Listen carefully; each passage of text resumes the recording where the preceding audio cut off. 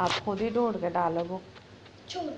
नहीं जानो, बुक सारी लेके जाते हैं ना, फिर क्या पढ़ना है? कॉपीज भी चेक करो। कॉपीज है। इतनी जल्दी काहे की है? हम ट्यूशन लेट हो रहे हैं। आते हुए ना उससे बोलना तैयब को कि छिंदों की दुकान से ना लड़कियां ले आए, मैं पैसे देती हूँ। ये क्या बन रहा है?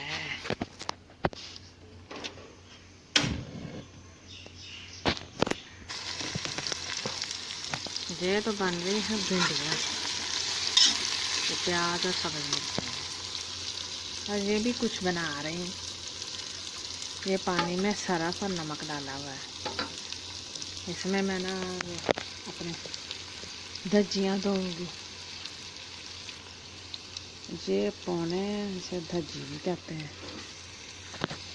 ये इसमें धोने हैं, बहुत ऑयल लगाता है, घी लगाता है, तो ये फिर साफ नहीं होते, अच्छी तरह निखरते नहीं हैं जब तक इसे गर्म पानी में सरफ में ना डालो। अब ये थोड़ी देर में पकने लगेंगे, थोड़ा सा और पानी गर्म हो जाएगा तो फिर इसे मैं निकाल के ब्रश से साफ़ करूँगी और फिर धो लूँगी।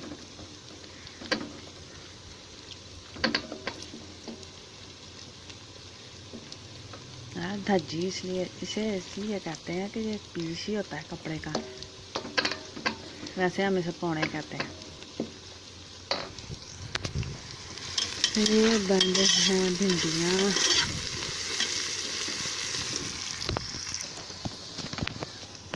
अस्सलाम वालेकुम व्यूअर्स, कैसे हैं आप? उम्मीद है सब खैरियत से होंगे।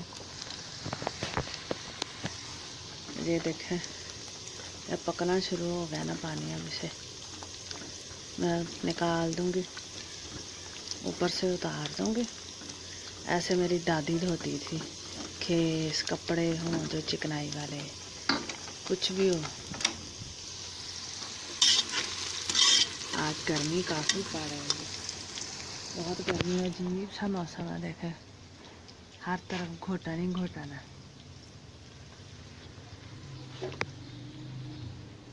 ना तो धूप अच्छे से निकल रही है और ना घुटन है अजीब से।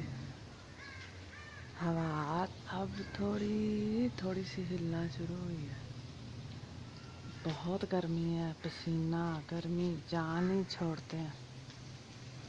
तो मैंने कहा जल्दी से खाना बना लूँ, ये ना का हवा शुरू होता है।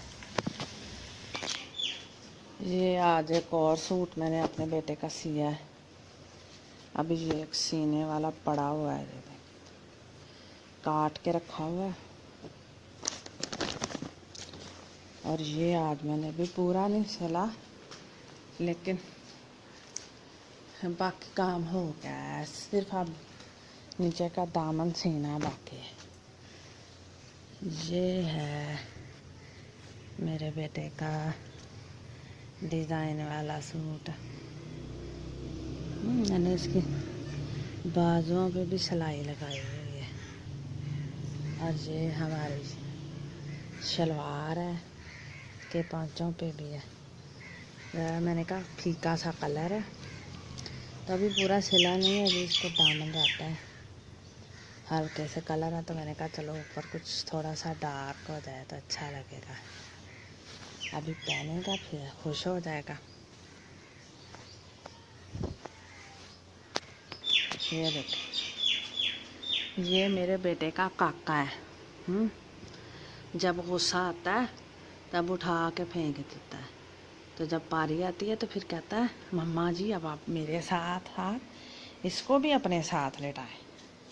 ये मेरा पोता है कितना प्यारा है ना, क्यूट है ना। ये मेरे बेटे का बेटा है और ये हमारा पोता है।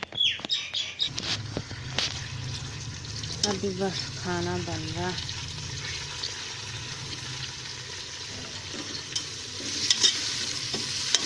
भिंडी बनाना तो सबसे आसान काम है मेरे ख्याल से, मेरे तो ऐसे ही बन जाती है चलते फिरते।